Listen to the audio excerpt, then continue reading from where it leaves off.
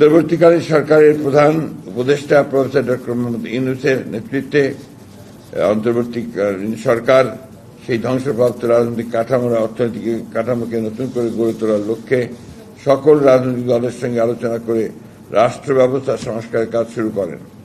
এই ধারাবাহিকতায় গতকাল প্রফেসর ইউনূস 5 আগস্ট জুলাই ঘোষণাপত্র ঘোষণা করেন।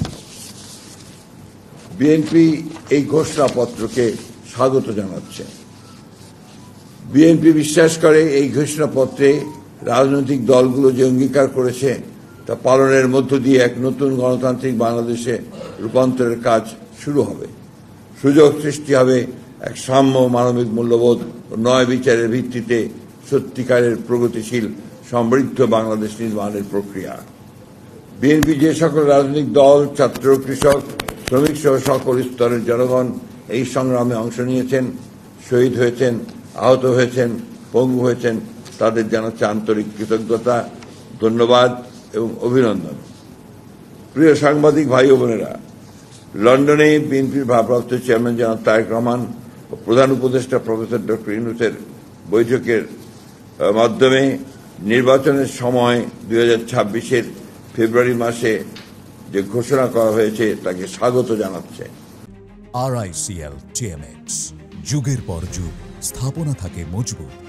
বিএনপি মনে করে এই ঐতিহাসিক ঘোষণা বাংলাদেশে রাজনৈতিক অচলাবস্থা কাটিয়ে উঠবে এবং গণতন্ত্রের উত্তরণের পথকে সুগম করবে। বিএনপি মনে করে এই নির্বাচন সুষ্ঠু, অবাধ, নিরপেক্ষ ও সকলের কাছে গ্রহণযোগ্য করার জন্য সরকার ও নির্বাচন কমিশন সকল ব্যবস্থা গ্রহণ করবেন।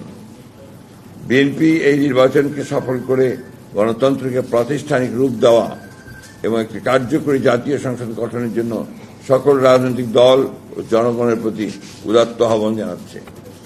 বিএনপি আবারও গণতন্ত্রের এই সংগ্রামে যারা প্রাণ দিয়েছেন তাদের প্রতি শ্রদ্ধা, যারা আহত হয়েছেন তাদের প্রতি সহানুভূতি এবং তাদের আরোগ্যের জন্য পরম করুণাময়ের কাছে প্রার্থনা করছে।